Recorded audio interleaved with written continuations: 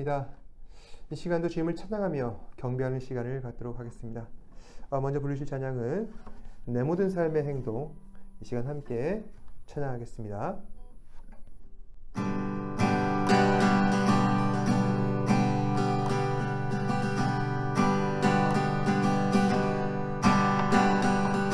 내 모든 삶의 행동 주 안에 주님 안에 있네. 나의 숨쉬는 순간들도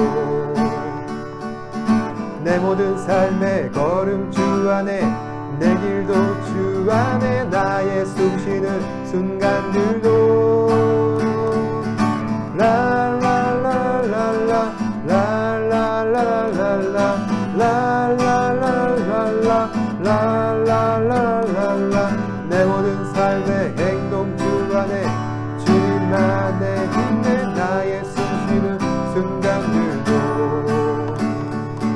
내 모든 삶의 걸음 주 안에 제 길도 주 안에 나의 숨쉬는 순간들도 라라라라라 라라라라라 라라라라라 라라라라라 자비와 은혜의 물결 어디서나 주 얼굴 보내 주 사랑 날 붙드네. 오 놀라운 주님의 사랑 내 모든 삶의 행동 주 안에 내 일 안에 있네. 나의 숨쉬는 순간들도 내 모든 삶의 걸음 주 안에 내 길도 주 안에 나의 숨쉬는 순간들도 라라라라라 라라라라라 라라라라라 라라라라라 자비와 은혜의 물결 어디서나 주 얼굴 보내 주 사랑 날 붙드네. 오 놀라운 주님의 사랑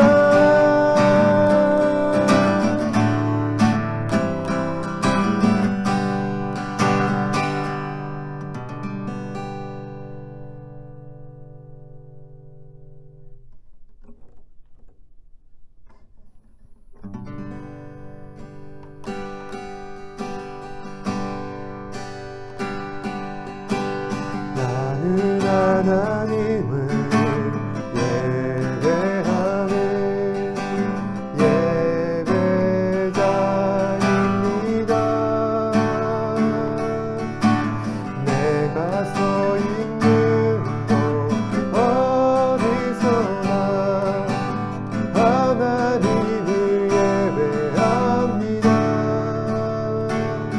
내 영혼 거룩한 은혜를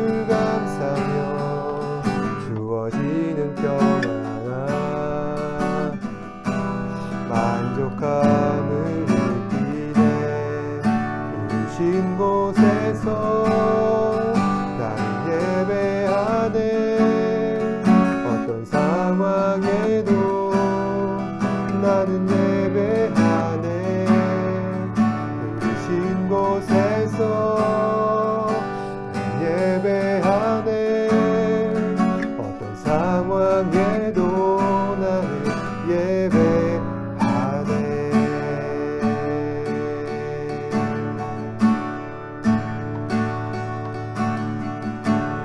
사랑과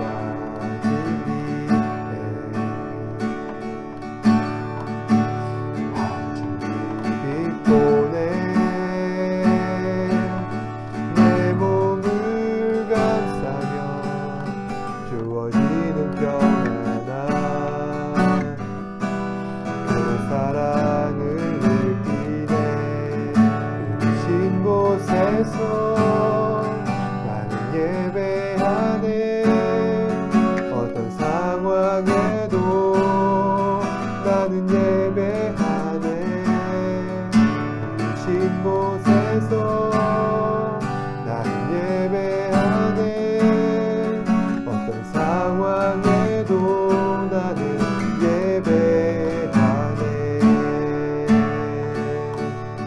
내가 걸어갈 때 길이 되고 살아갈 때 삶이 되는 그곳에서 예배하네. 내가 걸어갈 때 길이 되고 살아갈 때 삶이 되는 그곳에서 예배하네. 부르신 곳에서 나는 예배하네. 어떤 상황에도 나는 예배하네. 부르신 곳에서 나는 예배하네. 어떤 상황에도 나는 예배하네. 부르신 곳에서 나는 예배하네. 어떤 상황에도 나는 예배하네.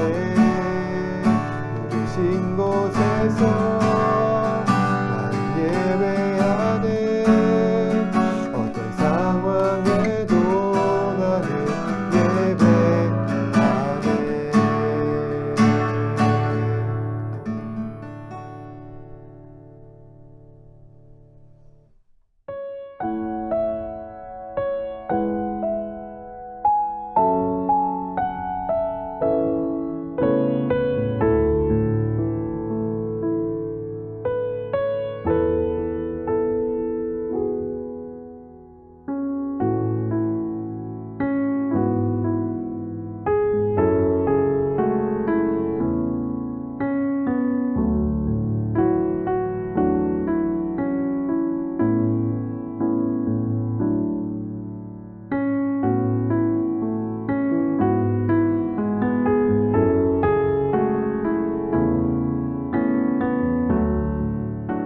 갈릴리 마을 근처에서 5천 명을 먹이신 예수님의 기적은 당시 많은 사람들에게 큰 파장을 일으킵니다. 지금까지 예수님께서 많은 사람들 앞에서 나타내신 기적은 하나같이 모두 예전에 없었던 놀라운 일들 뿐이었는데, 특히 지난주에 함께 살펴보셨던 오병이어 사건처럼 많은 사람들을 먹이고 실제로 많은 사람들이 그 기적을 체험했던 일은 전무했습니다. 따라서 사람들은 예수님께서 행하신 이 놀라운 사건을 접하고서 다음과 같이 많은 사람들에게 이야기를 하는 겁니다. 14절 말씀. 사람들이 예수께서 행하신 이 표적을 보고 말하되 이는 참으로 세상에 오실 그 선지자라 하더라. 여기서 사람들이 말하고 있는 그 선지자란 구약의 선지자들이 예언을 했던 내 뒤에 오실 또 다른 선지자를 말하는 것입니다. 모세 이후로 모세의 뒤를 이은 그 많은 사람들이 내 뒤에 오실 또 다른 선지자가 누구신가 이것들을 예언하고 있는데, 어떤 사람들은 이 사람일 것이다 추측을 했지만 여전히 그 선지자는 나타나지 아니하였고, 이제 오랜 시간이 흘러서 이스라엘은 로마의 지배를 받는 식민지가 되어 있습니다. 사람들은 나라의 주권을 잃어버렸고 척박한 인생살이 가운데 그 어느 때보다 이 선지자에 대한 열망과 기대감이 커져 있는 상태라 할 수 있습니다. 우리가 잘 알다시피 이토록 사람들이 고대했던 내 뒤에 오실 또 다른 선지자란 메시아, 이 땅의 혼란과 압제를 몰아내고 과거 모세가 그러했던 것처럼 이스라엘을 위대한 제사장 나라로서 다시 회복시키실 그런 강력한 지도자를 말하는 것입니다. 그런 와중에 오늘 예수께서 위대한 기적을 나타내고 계십니다. 예수님의 기적은 과거의 그 어떤 선지자보다 뛰어나고 강력합니다. 열왕기상 4장 42절에서 44절을 보시면은 엘리사 선지자가 나옵니다. 이 사람은 보리떡 20개와 그리고 자루에 담은 채소를 가지고 100명의 사람들을 배불리 먹이고 또 남게 하였는데, 예수님의 기적은 이 기적과 매우 유사합니다.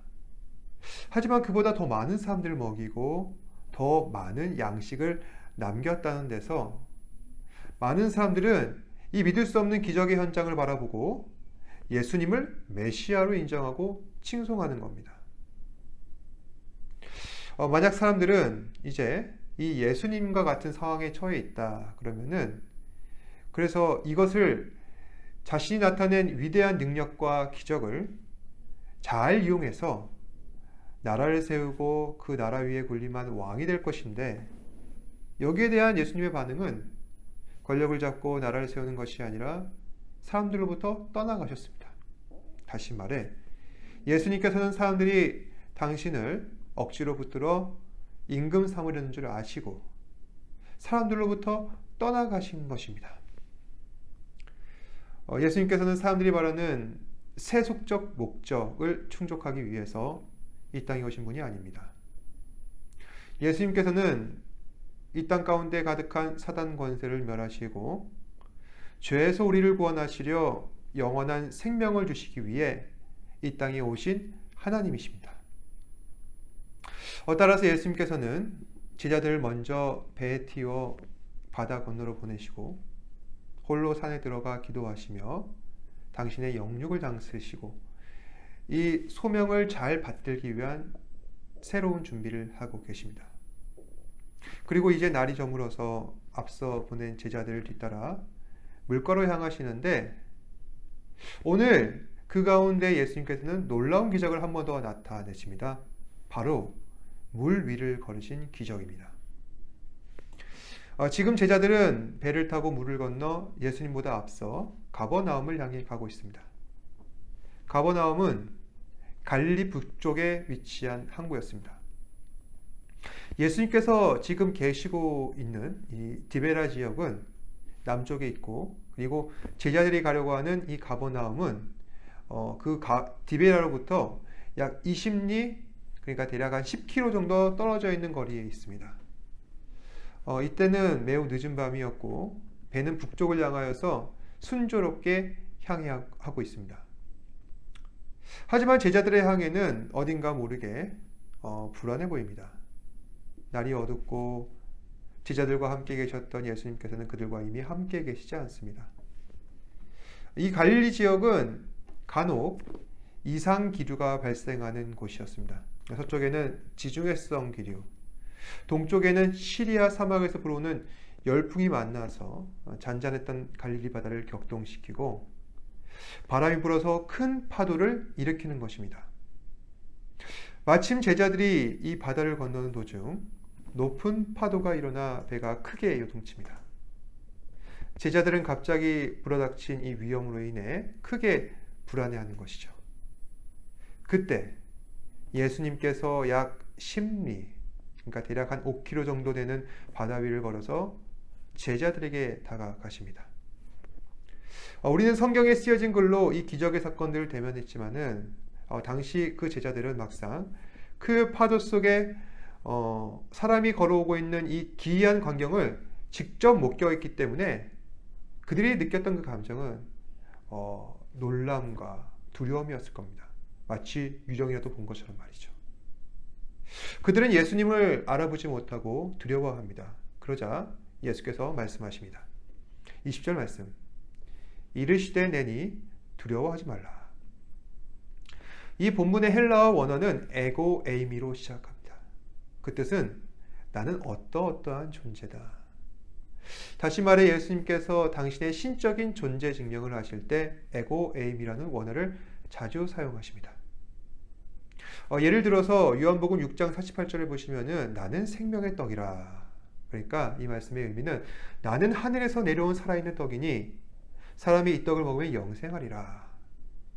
예수님 당신을 모든 사람에게 영생을 주는 살아있는 떡으로 신적인 존재 증명을 하실 때 에고 에이미를 사용하셨습니다. 또 요한복음 8장 12절 말씀에서는 나는 세상의 빛이니 나를 따르는 자는 어둠에 다니지 아니하고 생명의 빛을 얻으리라. 그러니까 모든 사람들의 어둠을 드러내어서 생명으로 전환시키는 이 생명의 빛으로 자기 존재 증명을 하실 때 예수님께서는 이때도 에고 에이미를 사용하셨습니다. 그럼 오늘 말씀에서는 예수님께서 이 에고 에이미라는 원어를 어떻게 사용하고 계십니까? 그 마음속 가득한 두려움을 몰아내시고 기쁨으로 충만케 하시는 참 위로자로서 내가 너에게 나타났다. 그런 의미에서 에고 에이미를 사용하고 계십니다. 그러자 제자들은 예수님의 음성을 잘 알아듣고 예수님의 형체를 본 뒤에 기쁜 마음으로 예수님을 배로 영접하는 것입니다. 예수님은 절대로 두려움의 대상이 아니십니다. 우리는 간혹 경외심과 그리고 두려움을 헷갈리는 경우가 많은데 두 감정은 결코 같지 않습니다. 경외심이란 외부에서 오는 자극이고 두려움이란 내부에서 오는 자극입니다. 이게 무슨 말인가? 우리는 어떤 경우에 경외심을 갖게 됩니까? 인간의 힘으로 가늠할 수 없는 압도적인 힘과 그 권위를 목도하게 되었을 때 그 앞에서 경탄과 찬양이 자연스럽게 터져나오는 그 감정이 바로 경외심입니다. 하지만 두려움은 이처럼 외부로부터 오지 않습니다. 우리 안에 잠재되어 있는 모종의 공포심이 어떠한 계기로 말미암아 자극을 받아 불안감과 두려움을 자아내는 것이죠. 대체 사람들은 무엇을 무서워합니까? 사람들 마음속 두려움의 근원은 어디에서 비롯되는 겁니까? 바로 죄의 문제로 인한 육신과 영혼의 소멸을 두려워하는 것입니다. 제자들은 크게 몰아친 파도로 인해서 긴장감이 고조되었습니다. 그러면서 5km 물길 위로 걸어온 이 정체를 알 수 없는 기이한 형체를 발견하는 겁니다. 제자들은 그것을 보고 두려워하죠. 그들은 아마도 그 알 수 없는 형체가 자신들의 죄를 심판하기 위해서 그래서 영원한 죽음에 이르게 할 저승사자가 찾아온 것이라 착각했던 것 같습니다. 그런데 저승사자라 생각했던 그 형상은 자신들이 그토록 고대하고 있었던 이 메시아 예수 그리스도라는 것입니다. 그들은 마땅히 경외해야 할 그러한 대상을 두려움을 갖게 되었던 것입니다. 오늘 말씀이 우리에게 깨닫게 하는 진리는 무엇입니까? 예수님은 결코 두려움의 대상이 아니십니다.